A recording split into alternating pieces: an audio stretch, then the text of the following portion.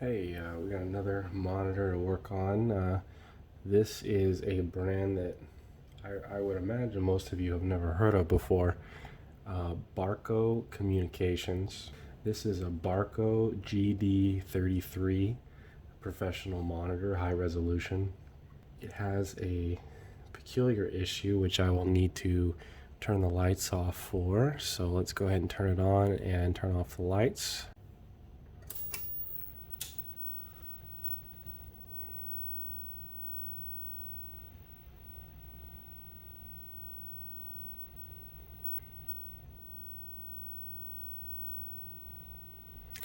Okay.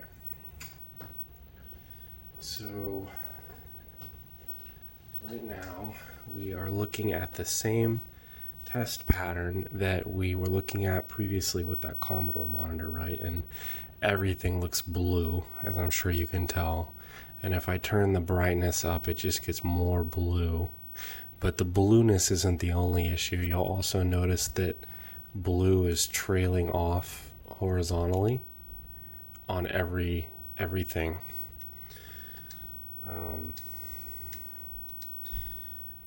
If I unplug blue from the signal,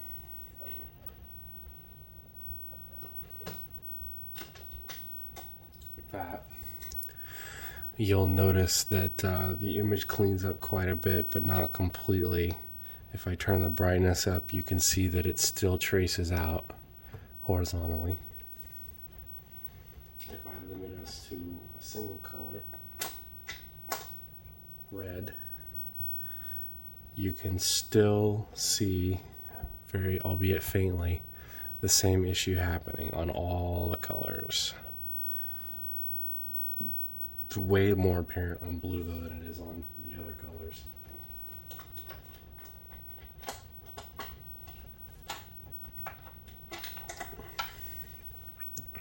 See? So I have a feeling that there's probably some capacitor failure that's happened. But just to be thorough, the first thing I'm going to do is actually make some adjustments to the potentiometers inside for the drive, the CRT drive for red, green, and blue, and see what kind of effect it has on these issues that we're seeing. So let me turn the lights back on. So the construction of this monitor is actually very unique. They've encased it in this cage that's divided in sections, and they have all the boards inserted like similar to how I would imagine like a computer looking, with like, you know, PCI cards lined up, and the only ones that aren't vertical is right here on top, the neck board, the drive board for the CRT, rather, not the neck board. The neck board's right here. But we're going to adjust some of these. These are the drive potentiometers in there, and then back here is the cutoff potentiometers. Okay, so I don't know which one of these is which, so I'm just going to put the screwdriver in the first one I see.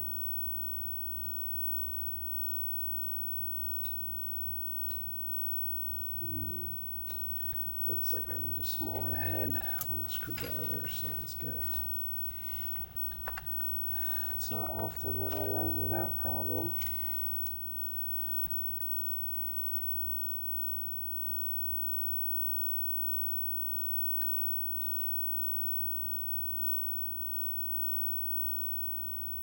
Wow. Okay, it's turning. So let's see what happens here. Actually, I should plug in the rest of the colors again, because I could very well be adjusting a color that I can't see.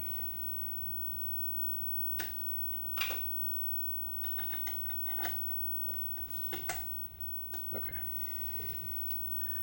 So we're going to turn this pot. Let's see what we see.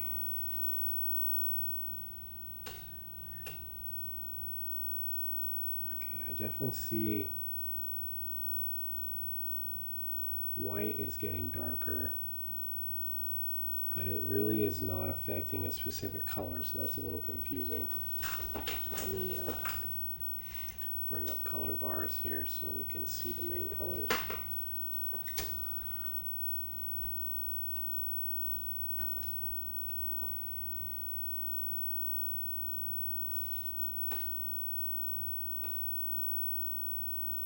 looks like that is adjusting green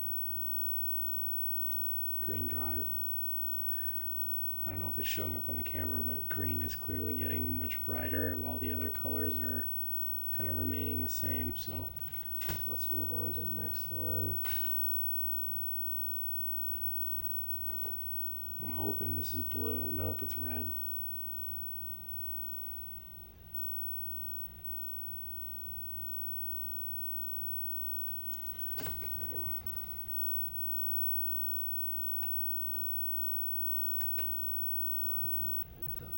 Screwdriver is actually stuck in the potentiometer. Hold on. Okay, that was weird. So here's blue. If I can get it to turn. Of course, the color I care the most about adjusting is the hardest one to get to. Oh.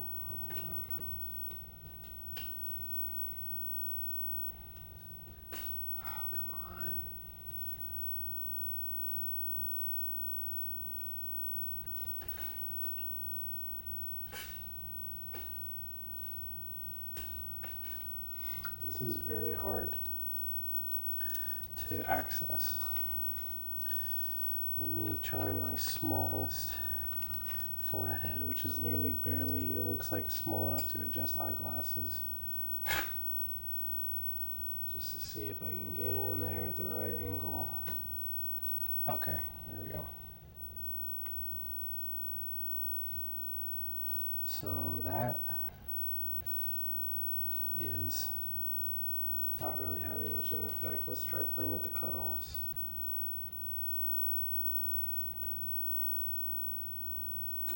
Whoa.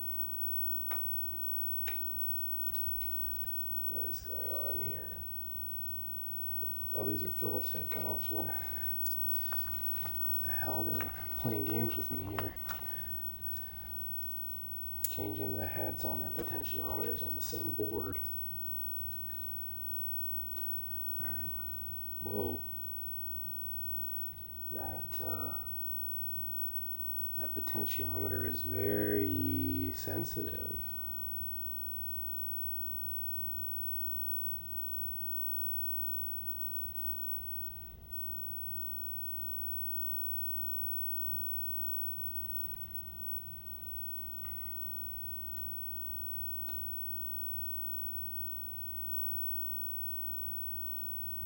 It's not doing anything when I turn it. Let's try the red one. Oh, whoa, whoa, whoa, whoa. Everything just got way less blue. Okay, now it's green.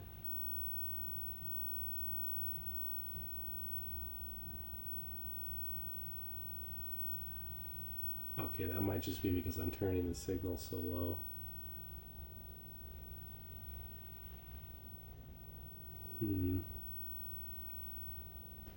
It's so interesting, all the color bleeding that's occurring. I have another test pattern that might be interesting to look at here.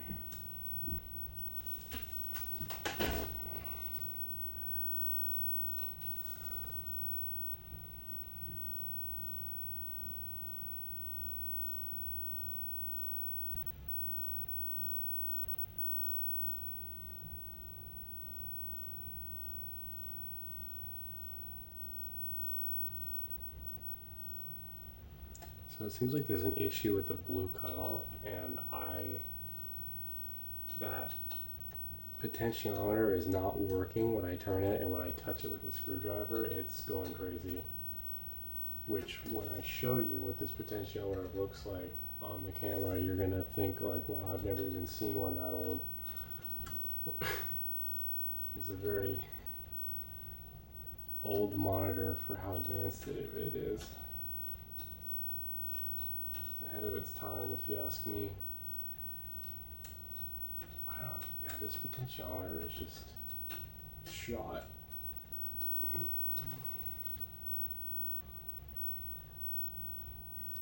I mean, all of the other changes to picture size and whatnot are going fine.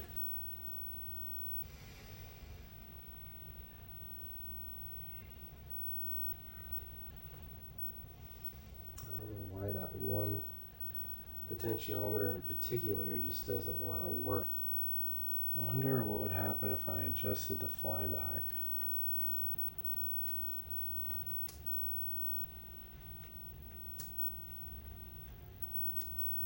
It seems like the contrast knob already does that because I get tons of bloom when I turn the contrast up, which usually means the guns are being turned up.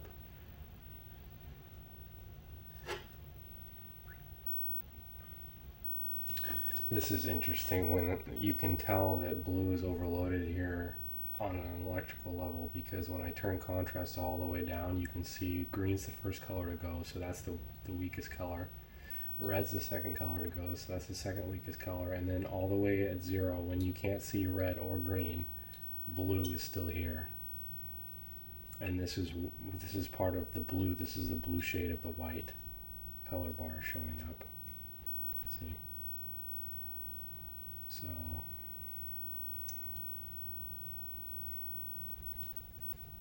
I don't know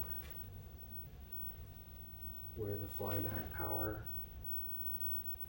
is adjusted. There is a knob here, but I think it might be focus. Yeah, it's focus.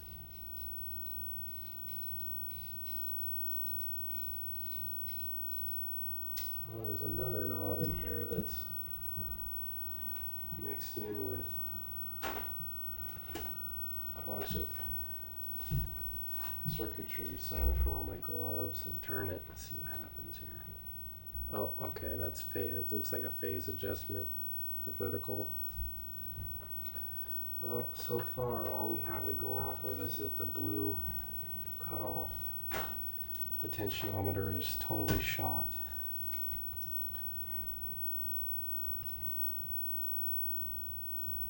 That's me touching it with the screwdriver. Look at that, just tapping it from behind.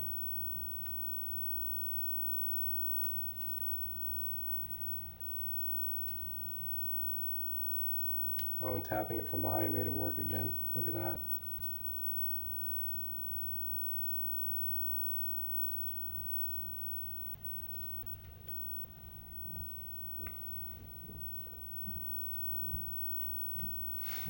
Which actually made some progress with the issue, but didn't solve it, because if I turn brightness up, you can still see all this wonky bullshit happening.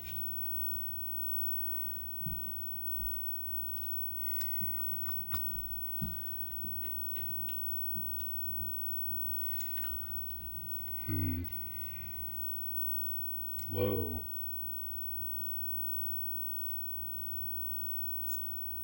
That was interesting.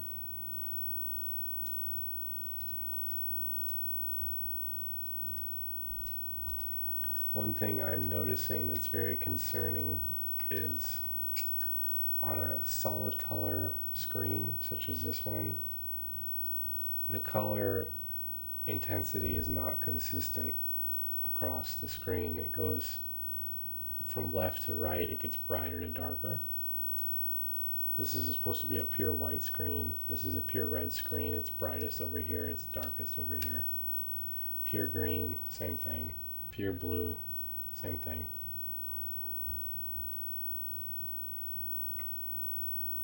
It's the same for every color. So there's definitely something going on with the deflection circuit. There's something going on with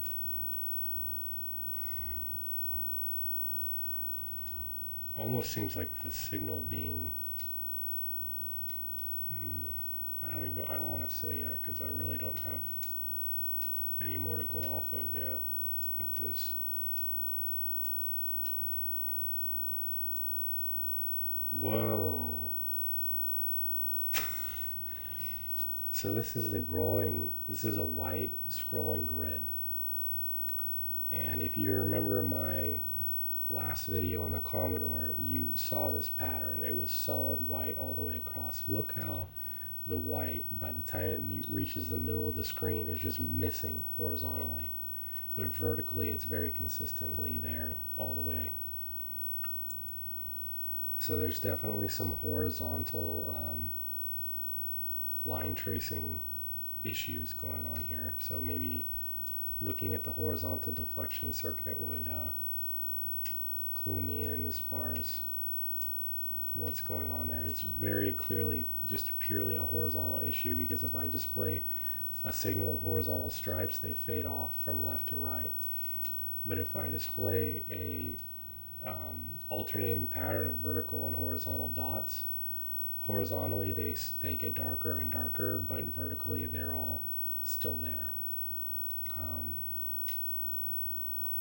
Okay, so after pondering this for a good 30 minutes, I think that it's probably more than likely that the reason that the picture starts off pretty good on the left and fades out to the right is probably a failure, like a voltage related failure, more than likely a high voltage related failure due to a bad capacitor. So I think probably the best thing to do would be to take off the neck board and the power board, which I have to check the service manual, because this one's obviously got some huge capacitors on it, but the flyback is over here, so I don't know which board is handling what. But I'm going to start working on getting some of these boards out so I can take a closer look at them and probably start ordering some capacitors.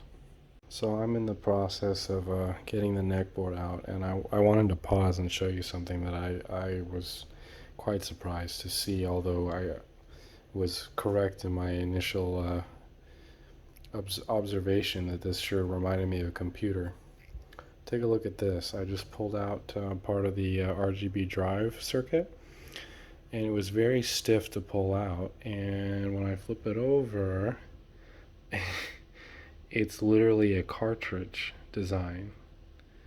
It goes into that slot, which I assume just bridges to this next board that's behind it. They've done the same thing over here, probably. Maybe it's not necessary to have them bridged, but they're back to back again, so I wouldn't be surprised. But yeah, I just wanted to show you that. I was kind of in awe of it, honestly, and I probably need to clean these contacts before I put them back in, just to make sure everything still works the same. But yeah, pretty crazy. And another thing I just noticed, which could very well not be related at all to the problem, but I was just looking at this, you know, which clearly was assembled by hand and everything, and you can see how they went to great care to like arrange all of these nicely off of the board and spaced out. And this guy seems to have gotten smushed along the line. I don't know if that was intentional or not, but then I got to looking at this one right here, and this has clearly gotten bumped somehow along the years. And look at that. They're literally touching. Two resistors are touching. I don't know if they are, it looks like they're wired together on the bottom of the board anyway, so that probably is not relevant to our problem. But there's all kinds of weird gremlins that could be hiding in this old CRT. Really quick, I figured out what was wrong with this potentiometer. I was looking up replacements on Mauser, and then I thought, well, maybe this just needs to be resoldered or something, so I wiggled it a little bit. And yeah, the ground connection on the rear of the potentiometer is totally shot, so I'll resolder that and see if it solves the problem. So after fixing that potentiometer with the bad solder joint, the blue tint issue is completely gone, but we're still dealing with a low brightness issue as well as this weird like trailing effect off of on the scan lines horizontally. So I'm sure this thing still needs some new capacitors somewhere down the line.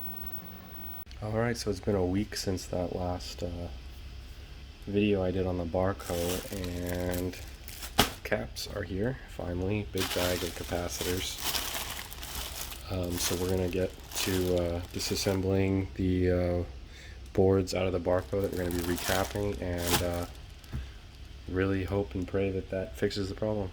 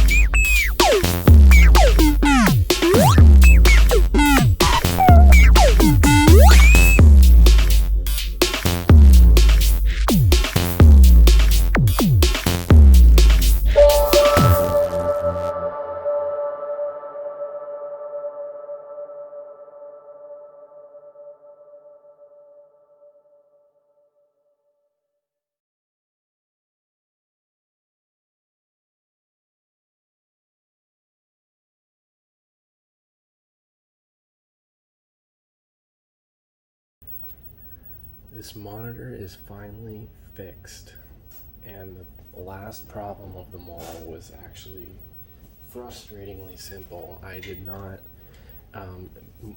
pretty much all CRTs have a G2 voltage adjustment, which is also referred to as the screen adjustment, and it's generally like controls all of the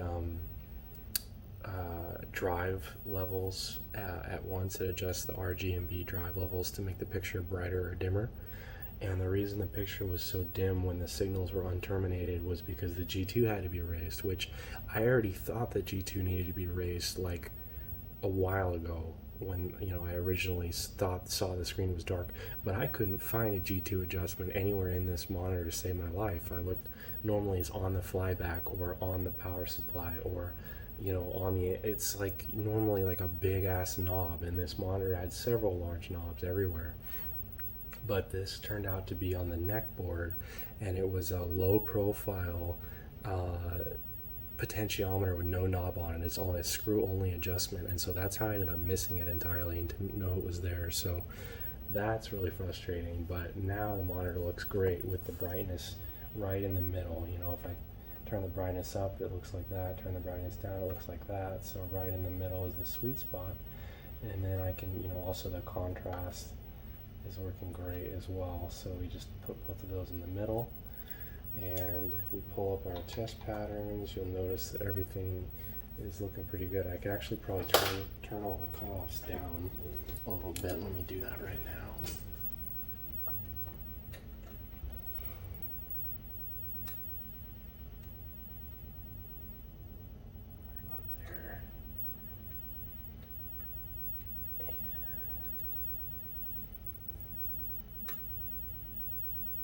There, now we just need to adjust red, which uses a different screwdriver.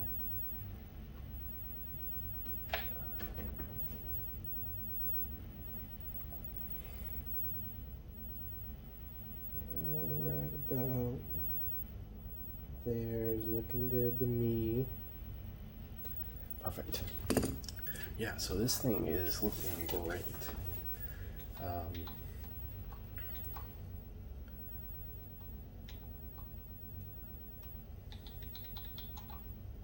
Yeah, got nice gray levels.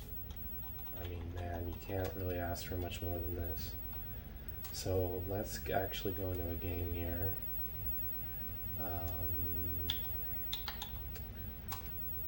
First I'll do a regular sideways game, and then I actually want to do a Tate game, which is when the monitor is rotated vertically.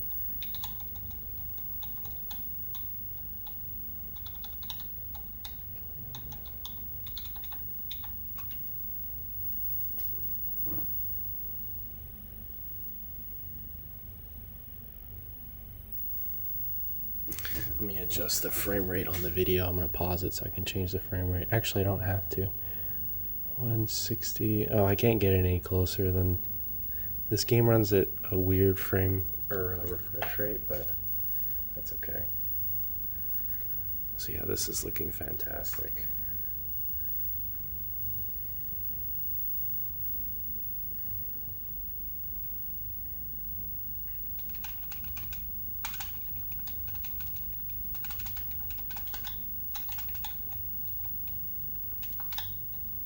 Let's see which button's the grenade. There it is. I'm not used to this layout on a controller. It's a 6-button controller.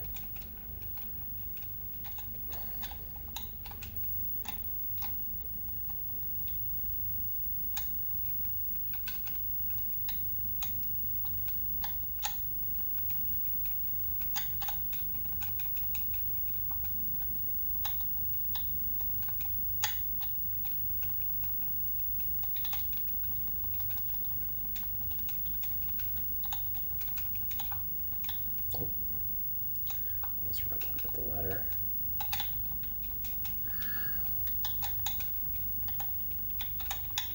Oh, I got hit by the rocket. That was stupid of me.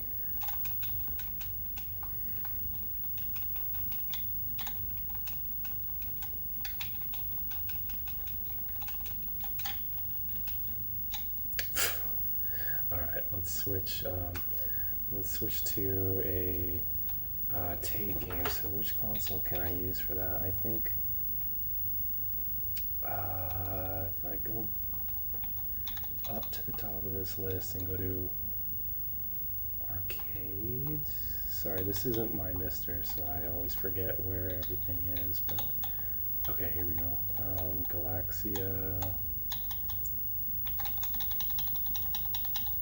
Galaxian, I mean, there he is.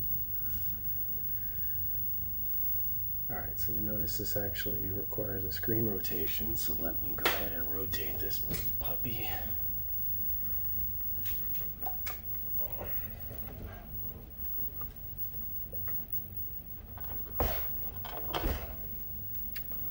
Alright, can you still see the whole thing on the camera here? Let me turn off my light back here.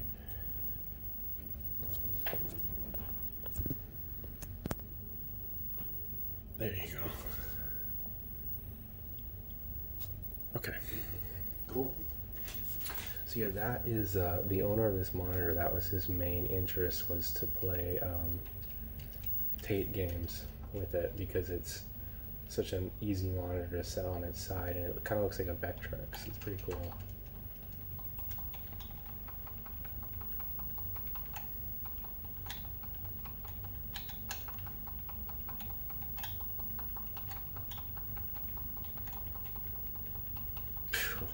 This looks fantastic. I'm jealous of this monitor. I wish it belonged to me.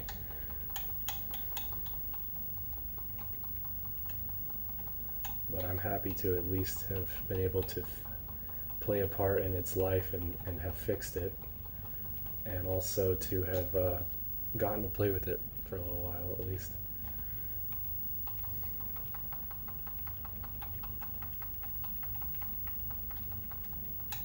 Oh. Yeah, I got way more love for monitors like this than I do for fancy, expensive ones like BBMs. Oh, that was close.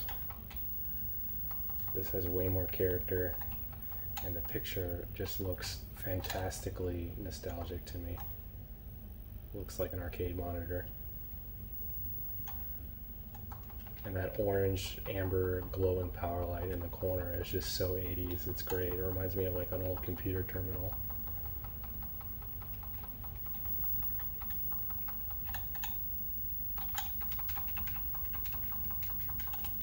Let's see, is Pac-Man on here?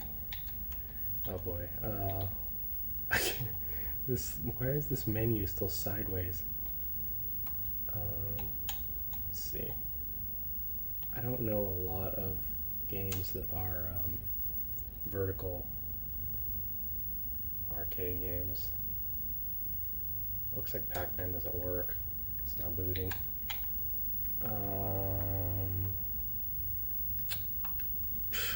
Wait, load ROM. Oh, I see. You still have to have a Pac-Man ROM. It doesn't have one. Core.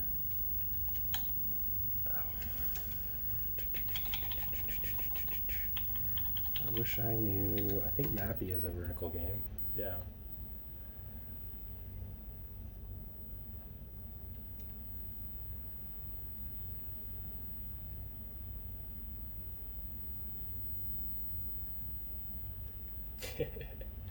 Yeah, this looks fantastic. This looks exactly like those monitors that they put in those barcade machines. You know, the tables where you look down inside the table. Oh.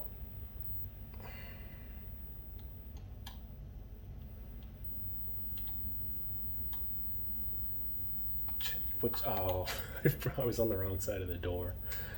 All right. Well, that concludes the story on this Barco. Actually, does it have a little bit of a magnetism issue from rotating it? I wonder.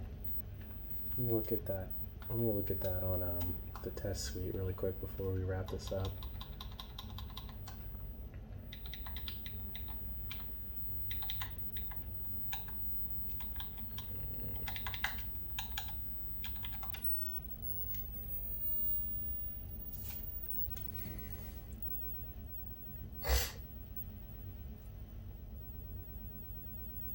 Oh man, I love seeing that Konami logo.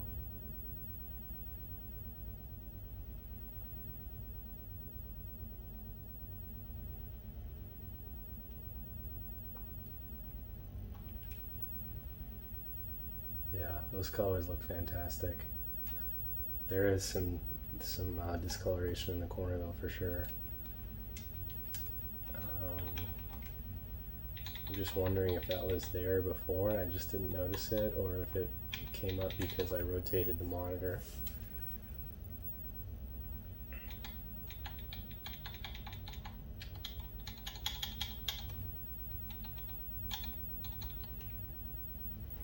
Yeah, you can see that this corner is a little dark, kind of greenish. Let me see if it's still there when I rotate the monitor back.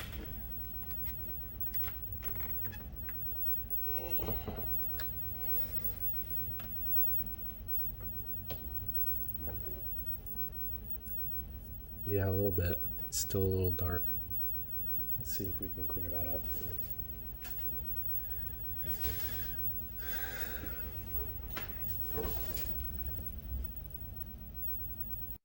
So unfortunately, my camera decided to stop recording while I was using the degaussing coil to get rid of that discoloration in the screen, but I was able to degauss it out, and here's a couple pictures of it after the fact, and this thing's looking sweet. So I hope you guys enjoyed this repair. I certainly did, and I will miss this monitor once it's gone. And I'll see you guys with the next one.